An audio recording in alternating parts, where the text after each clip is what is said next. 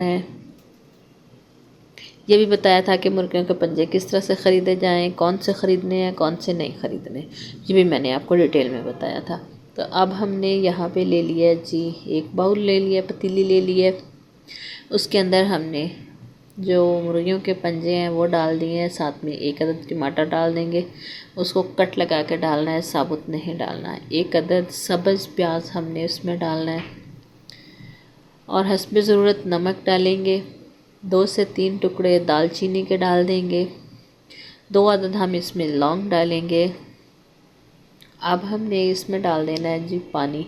पानी हम यहाँ से 2 से 2.5 लीटर पानी डाल देंगे। एक अदद सब्ज़ मिर्च डाल के इसको हमने पकने के लिए छोड़ देना है तकरीबन 1 घंटे तक।